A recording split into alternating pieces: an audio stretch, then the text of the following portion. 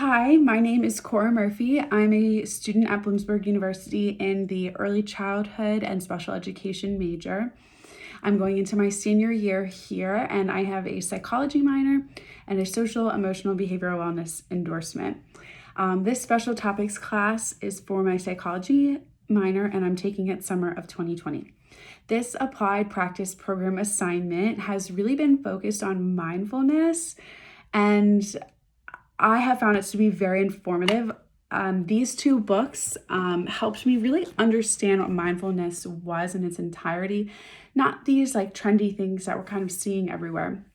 So, The Miracle of Mindfulness, this was like so informative. It really taught me so much about mindfulness that I didn't even realize what it was. I kind of thought it was just meditating and being positive, but it's so much more, yet it's also very simple. Full catastrophe living really opened my eyes to how these practices can affect you in really good ways, and how if you continue certain practices that you're living that aren't so healthy, how it can affect you long term. So the two really good books that helped me create this program specific to my current needs. So before I kind of go into the program that I created, which is obviously very different for every person and may not work for others, I kind of thought it would be a great idea to talk about some of the issues that I have been experiencing and why I selected certain principles and practices from these two books and incorporated them into my program. So the first kind of like the big thing that I really pulled from my current situation is my job and the work that I do. So I have two components to the job that I'm doing right now. I work in the office doing some case management stuff. So it has its very stressful moments, such that it's very not a good thing to be making mistakes in this job because there's a lot of people who rely on what I do. There's insurance and families and supervisors and a lot of people in the company who need the information that I'm getting from parents and all this stuff that I put together. So you can feel stressed at times knowing that it's really, your work is really important and that making mistakes is probably not the best bet. I also have pretty demanding hours. I've been able to really work with my company and pretty much do whatever they need. However, it's taken a lot for me to become this flexible. I was already pretty flexible to begin with, but I would say that the job that I'm in right now is not good for someone who has some rigidness in their personality and in their life. I also have struggled with some time management because on top of working with this job in the office and working as a registered behavior technician, applying applied behavior analysis to children with autism, I have also taken summer classes and tried to maintain my own mental health. So time management has been definitely a stressful and challenging aspect on a day-to-day basis for myself because I want to do well at work, I want to do well in my classes, I want to be a good friend and family member, and I also have to take care of myself at times.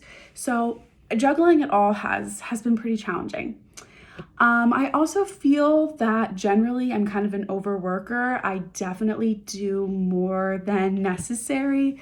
So I have found that it was really challenging to maintain the level that I would prefer at everything that I'm doing. So I started to pick it up in other areas and then slack in others. So at work and with school, I was like totally overworking, but then taking care of myself and being there for friends and family was starting to lack. I felt as though I was constantly analyzing and thinking, even after I left my office and work with my clients. I just felt as though I was constantly thinking and analyzing others' behaviors and thinking about what I needed to do tomorrow.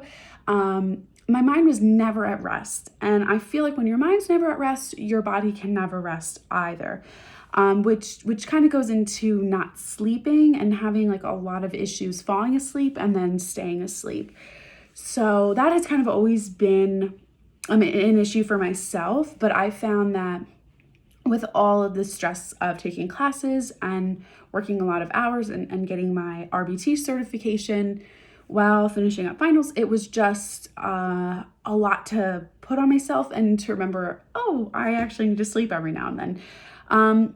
And then this all kind of ties into not making time for myself and really not enjoying each moment as I typically do. I feel as though I try to take advantage of every opportunity that I can and see the best in life. And sometimes it can be challenging because I can have some negative moments like everyone can. But I just felt that this program really needed to target that. Lately, I haven't been making any time for myself. And even if I can't fit time into my schedule, what can I take out of my daily schedule and make it mine? What can I do where it feels more like me? So I really wanted to find something that was like a way that I could incorporate that. I also, besides work and school and, family and friend pressure and all this stuff, I struggle with some of my own anxieties where I feel like when something or a specific situation is out of my control, I feel like totally lost. And it's really hard for me to get back on track and realize, okay, I can't control that. This is what I can do. This is how we need to move forward. Which is very conflicting because I can do that. But I also have these anxieties where it's really hard to get over some of that to get to the point of that. So I really wanted to work on, it's okay. It got messed up. Let's move on. I also have ADHD myself, so working at a high stress job is not hard intellectually. I like processing a lot of things at once. I'm pretty good multitasker, even though they say you shouldn't do it. I like having a lot of stuff going on. It keeps me occupied. It keeps my brain engaged. If there's only one monotonous task to do every day and it's the same thing over and over again, that's horrible for me. I like to have a lot of stuff going on. So this job is great in that aspect. But every now and then when something would come up where it's like, oh my gosh, I don't have control over this, I had to start to learn how to quickly pull myself back in and not let myself get anxiety over it. So this program kind of targeted all of those things that I mentioned. I know that it seems like a lot, and I'll never really completely get rid of any of those problems from just 1 week of implementing mindfulness. But it's definitely, I already see a difference. And even in this week, which is the following week after I implemented my program, I'm starting to carry over as much of it as I can, and also making changes here and there because you can't do everything perfectly every week, but it's doing what you can. So I first started with the big picture, which was work, because I feel like if I could get some of that under control, how I handle certain situations, it would trickle down to the other issues I was having, such as sleep and not enjoying certain moments. So I started to become more aware of my role at work, which was really fully covered in this book. There is a part in work stress at the end of the chapter. It kind of talks about being aware of your role at work. And I started to realize that I was maybe doing things that were outside of my role, and that was kind of causing me some more stress, and realizing that it may not be possible to get everything done in just one day. So just setting my goals for that day, realizing, this is what I'm capable of. I know I'm capable of a lot, but I'm not capable of these things today. They'll get done, just not today. So I started to be more mindful about my role at work. I also started working more mindfully and appreciating the tasks that I was doing that, started to cause me some stress. Realizing that some of the more important phone meetings and meetings with families that I was having, the reason that we're holding these meetings is to get children's services. So as they are stressful and they take up a lot of time, they're very important, and I love talking to families, and I just get back in touch with why I'm doing what I'm doing and just being more mindful about the process of it, because it's new for some families and I may be the first person they're talking to about a lot of the services for their children. So realizing the importance of my role as well. I also try to reduce work stress in any way possible, kind of like the saying, work smarter, not harder. Sometimes I catch myself doing things where I'm like, I could definitely make this more efficient. So during this week, if there were times where I realized, oh, I'm causing more stress for myself than I need, let's reduce this stress by kind of maybe asking for help, or maybe putting this off to later and prioritizing some things. That really, really seemed to help. It's definitely not possible in all situations, but it's reducing it and wherever possible.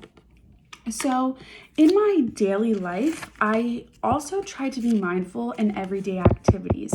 So there were multiple chapters in Full Catastrophe Living that talk about mindfulness for a day, mindfulness in daily activities, things of that nature. I personally don't have time at my current moment to spend an entire day being mindful from the moment I wake up to the moment I go to bed. And every task I do where I slow down my day, I take a long time doing these things. I don't have that luxury at this current moment, but in situations where I do have the opportunity to be mindful, I 100% implemented this. And I actually found this to be the most effective part of my program. So I'll tell you, for certain situations when I would get ready in the morning and I would pick out my outfit, I would be mindful of it. I would look at the outfit and I would appreciate that I was able to pay for this. I would appreciate the way it felt on my skin and how I'd be comfortable all day and that I was covered and clothed.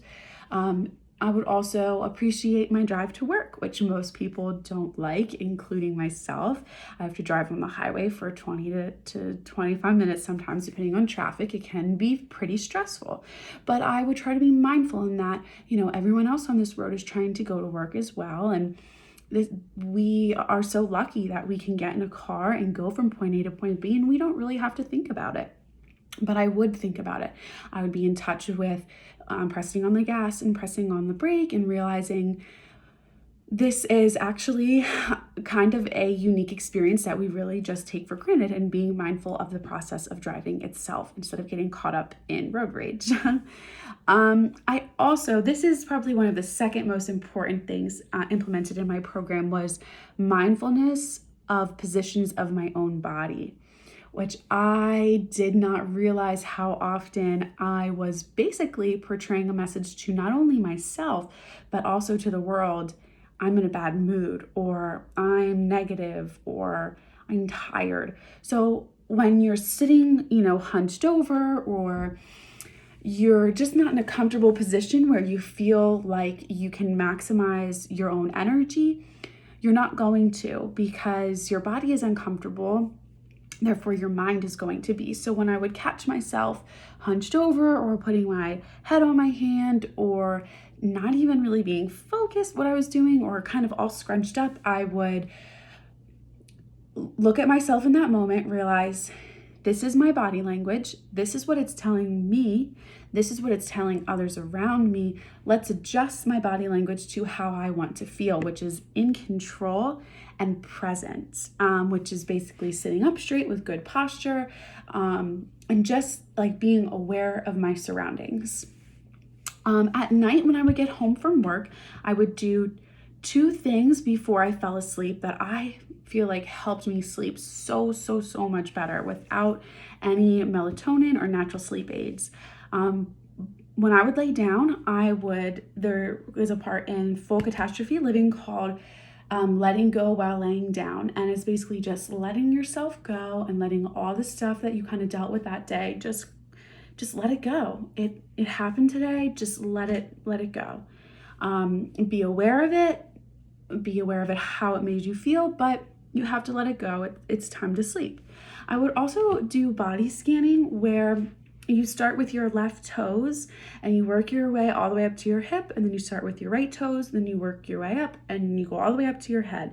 And basically what it is you feel and you're mindful of each part of your body. You feel how that part of your body feels, really getting in touch with it and breathing in through those parts of your body and exhaling and really just connecting your body to itself. I just felt so much better connected to me as a person, and I was kind of ready to go to bed after I completed letting go while laying down and body scanning.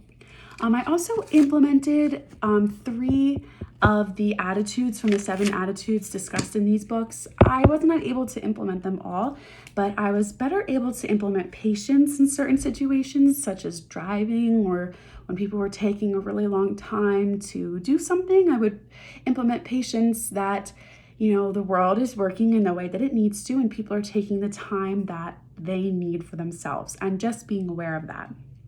I was also working on not striving that I don't have to be 150% 24/7, that it's okay to once in a while just do it and get it done. Not that like, oh, I'm not putting in my full effort. It's just not striving, not going super, super, super above and beyond. It's realizing my potential and meeting it, not trying to be the best of the best constantly, because you'll start to burn out when you do that. And also letting go. Like I said, the letting go while laying down, but also in a situation where something was out of my control. Breathing in, being aware of how it made me feel, and letting go kind of helped my anxiety. And overall, I just tried to be a more positive and optimistic person. And I really think that all of these things together really helped me with my overall health and wellness for this week. I will continue to try to implement some of these parts of my program where I can in my day-to-day life, because I think that it has honestly made me overall more happy and more appreciative of my life, and finding more joy in the stuff that I found monotonous before I implemented this program. Thank you so much for listening to this. Bye.